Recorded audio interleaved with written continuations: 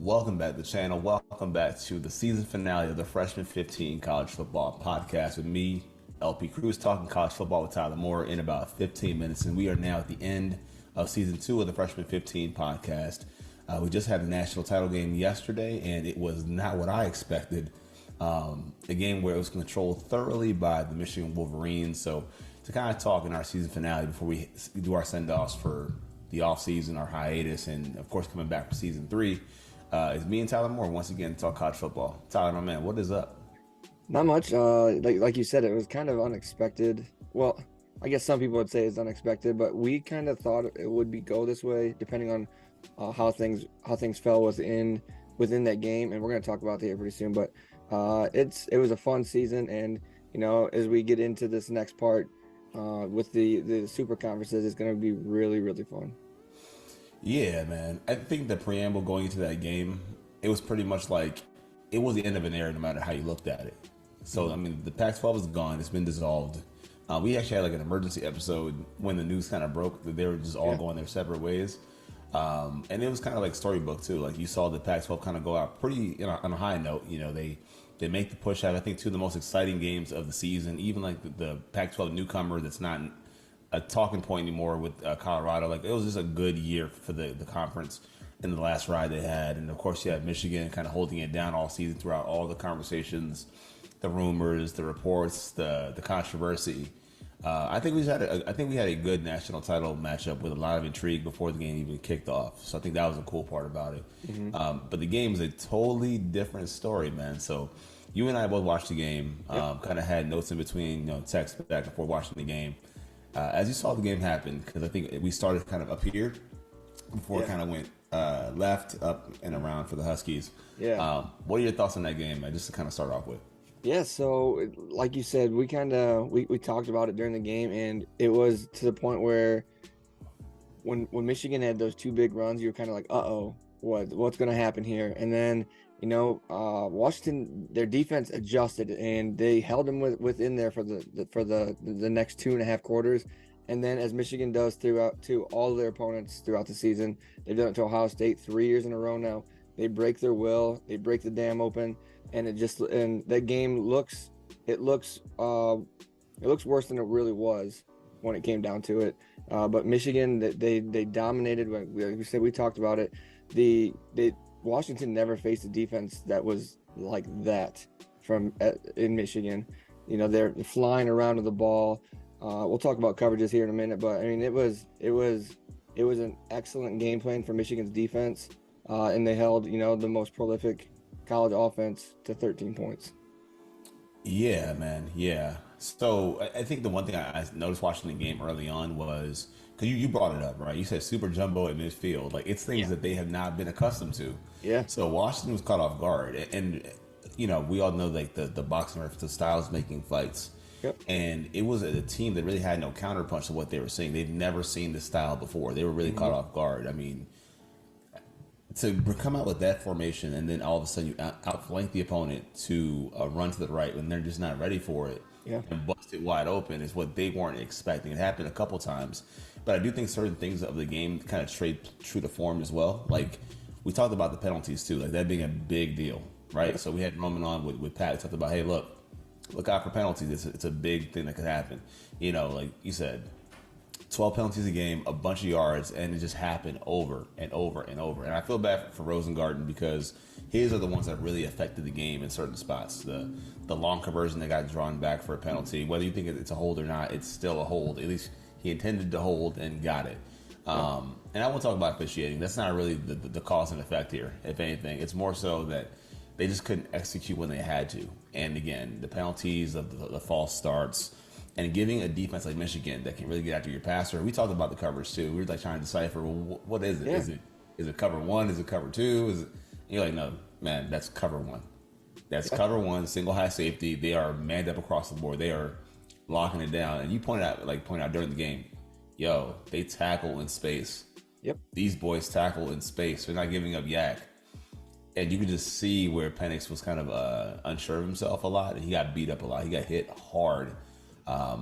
And what's funny is about like from a narrative perspective, I think the Michigan D line, they took that challenge personal.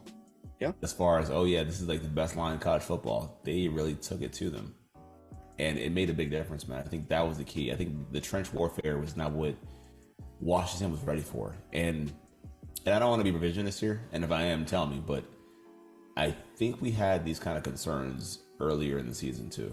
No, we did. So, well, we talked about way early in the season. So we talked about it when it was USC versus Washington. How Caleb Williams and Michael Penix were similar in that, and we talked about it with Roman too. That if you get Penix off his spot, it affects him. It affects him in all ways. And Michigan did it with their front four.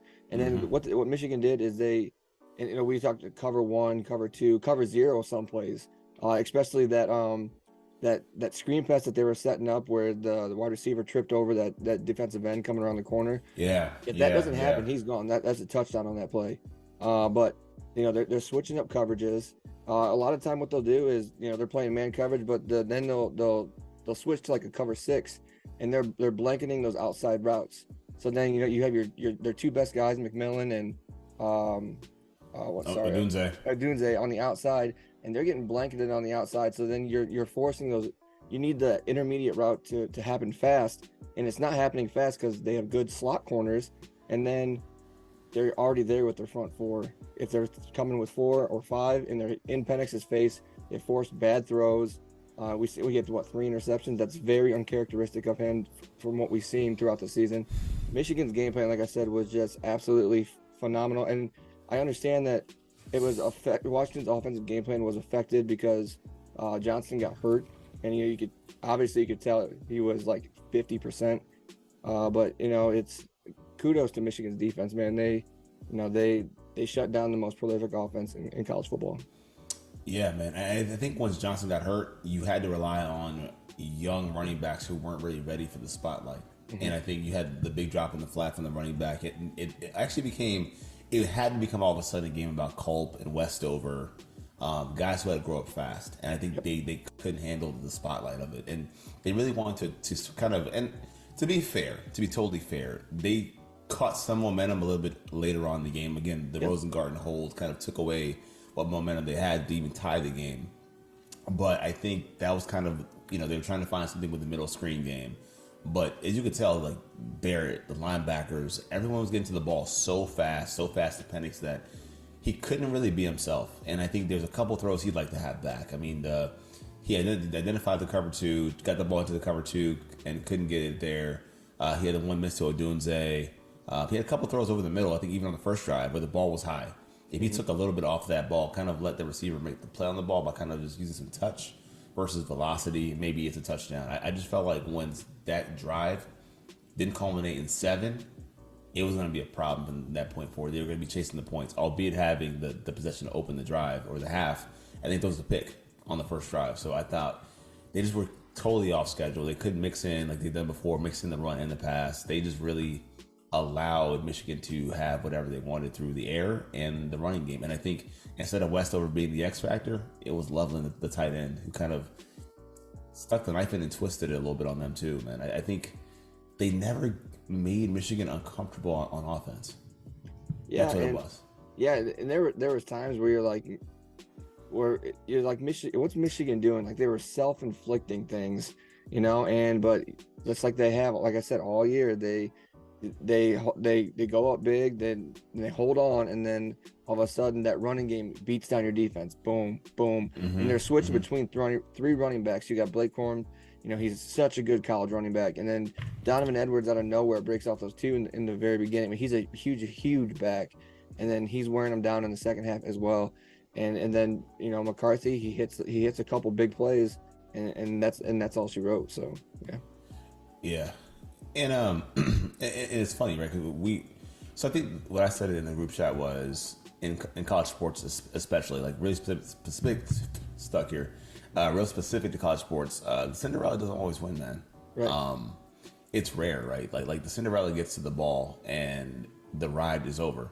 Like the magic is over.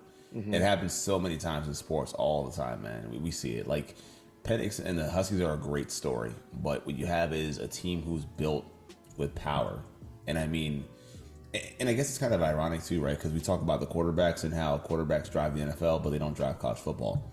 And we know that Penix probably on any given day is the more talented passer. He's the better quarterback amongst, McCarthy. We know McCarthy won a game by throwing eight passes total or whatever that was Yeah, against Penn State.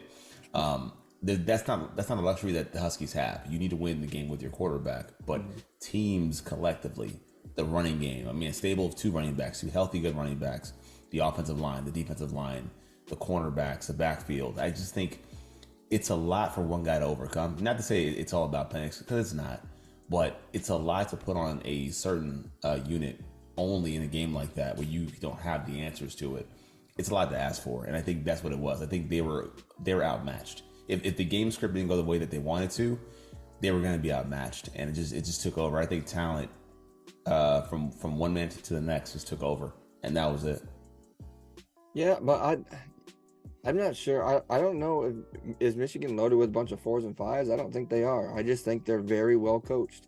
A lot of those guys have stayed around a while to be with Harbaugh because they talked about finishing the fight or finishing business, like Corum said, and that's exactly what they did. And my biggest thing was those DBs love to hit, and they love to hit early. When they stopped those 3 very good receivers from getting yak yards, you knew it was going to be a dogfight for them, and they had to overcome it. And there was times where, like you said, Dunze gets open. They confused Michigan's defense, and he was open in the back right of the field, and Penix overthrew him because he had guys in his face like instantly. Yeah, man. Yeah, I mean, all in all, I think when it comes to the Huskies, they can't be really upset. I think they should be ashamed, put it like that. They should be proud of what they've done. And I put out a tweet maybe a couple weeks ago, and I said, this was actually during the UT in Washington. And I asked a question. I said, who needs this game more? Like, what program needs this game more? And I had even UT fans saying it.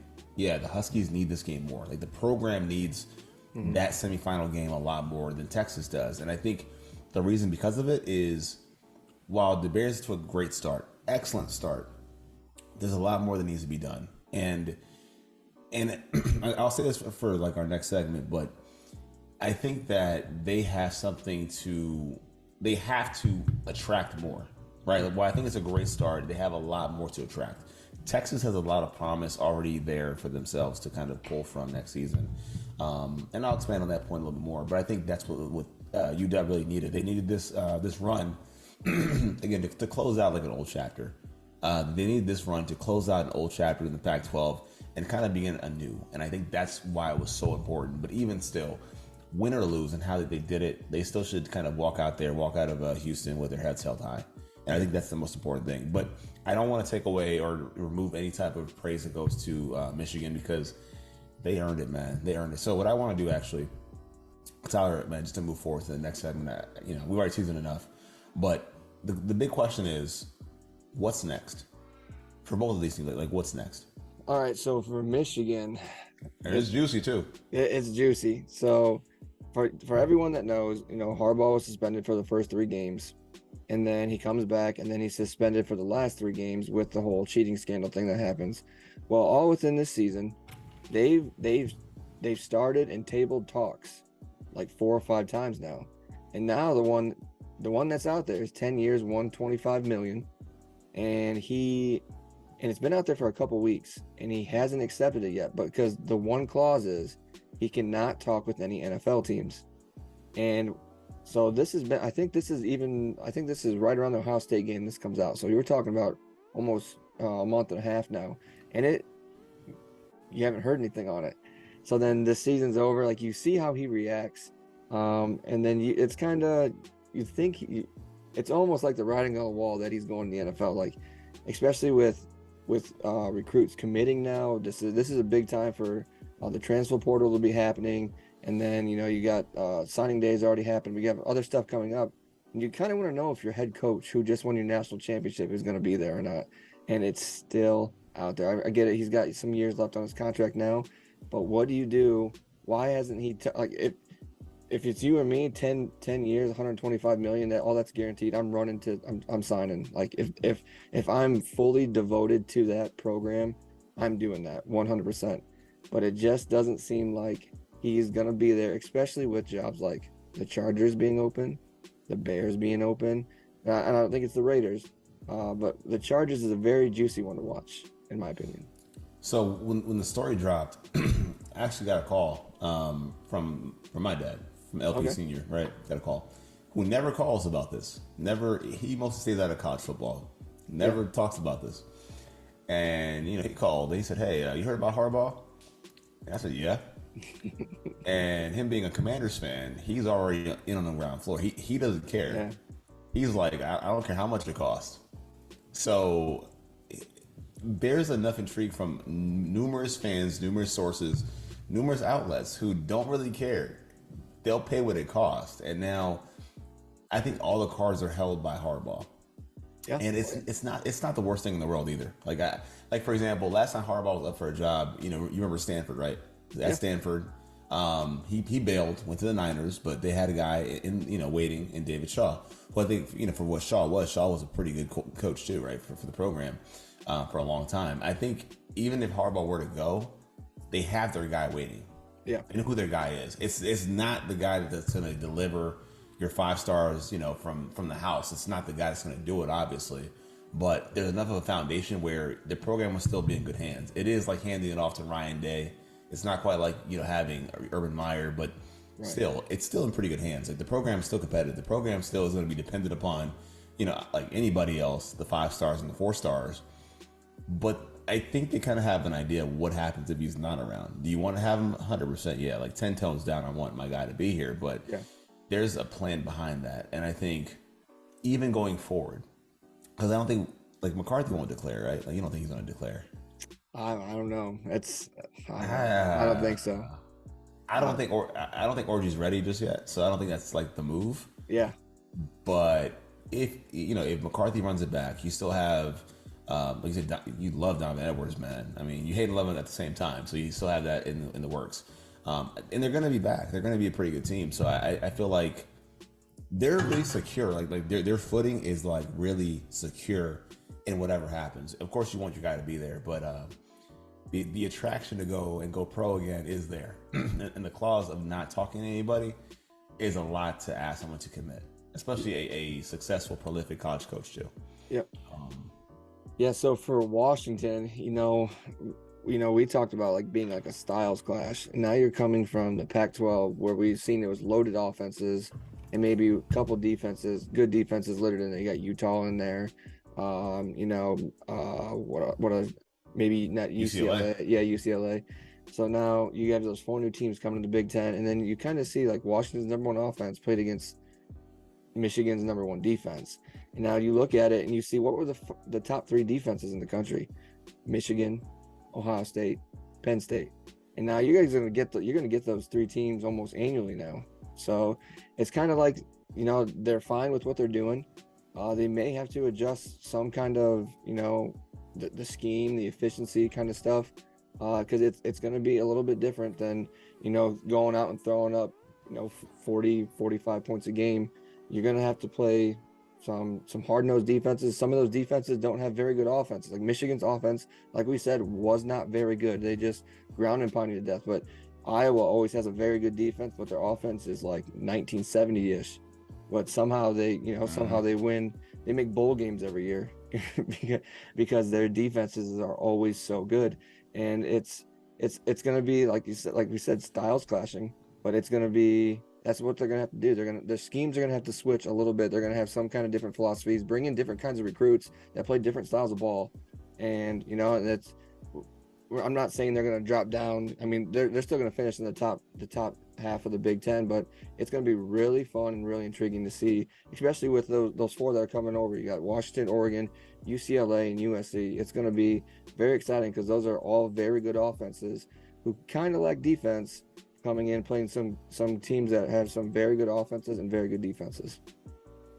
So I think the last question I have, man, to kind of wrap the show is, what do these teams have to prove, right? I think that's it. I think that's our last sticking point is what did both these teams have to prove?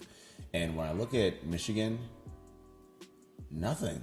Yeah, I mean Nothing. they've done it all. They beat everybody. They've beaten allegations. They've beaten Ohio State 3 years in a row. They beat They've the beaten allegations, the though. entire college football nation who was hating on them because everyone was rooting for Washington for this, and it was just like them versus like literally them versus everybody. And they just they stuck the knife in and they twisted it a little bit, and they have that to stand on. They stood on business. They did, man, and I think it's the bad guys won, dude. Yeah, bad guys. Like win. like the bad guys won, and whatever Harbaugh does, he can say, "Yo, I beat Ryan Day, Yeah. and he never got me. He never got me.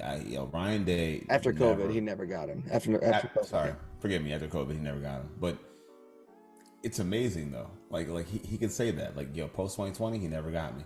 Whatever he chooses to do, but I like that team did it, man. I mean, they kicked the crap out of the entire conference. Damn, man. If you think about it, honestly, they handled business, dude. They handled business. They beat Alabama. He beat Saban.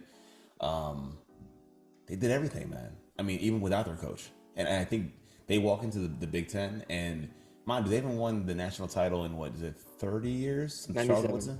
Yes, 97. Yep. So we're going on about 25 years. And a blue blood program to not do that in 25 years. For some people, man, they're going to ride on that win for the next 25. Yeah. To be honest with you. Like Yep. that might be enough. Yep.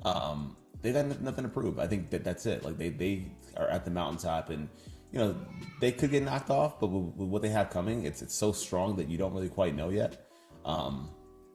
I will say this about Washington, as far as what to prove. They have to prove that they're not a pushover in the Super Conference. Yes. They are, though, I think, better equipped. I think that they will be better equipped. I think out the gate, the best import, that's what we're going to use as import, a transplant into the conference is probably going to be Oregon. And I'm watching the game, too, not the backtrack. I'm watching the game, and you know who's, like, reveling in that is Dan Lanning. He's sitting there like, Yeah. told Yeah, you so. you text me that. Yeah. I told you so. So yeah, like the big thing for Washington to prove is you're losing Penix, right? You're losing probably your two best receivers. I don't know if Polk declared yet. So McMillan, he declared. Odunze, he probably declares, and you're losing your quarterback. Do you immediately fill those roles and then hold your ground within this new conference to be there in the top 12 in the end? Because that's what it is next year. It's top Just 12. It's 12. Are you going to be doing?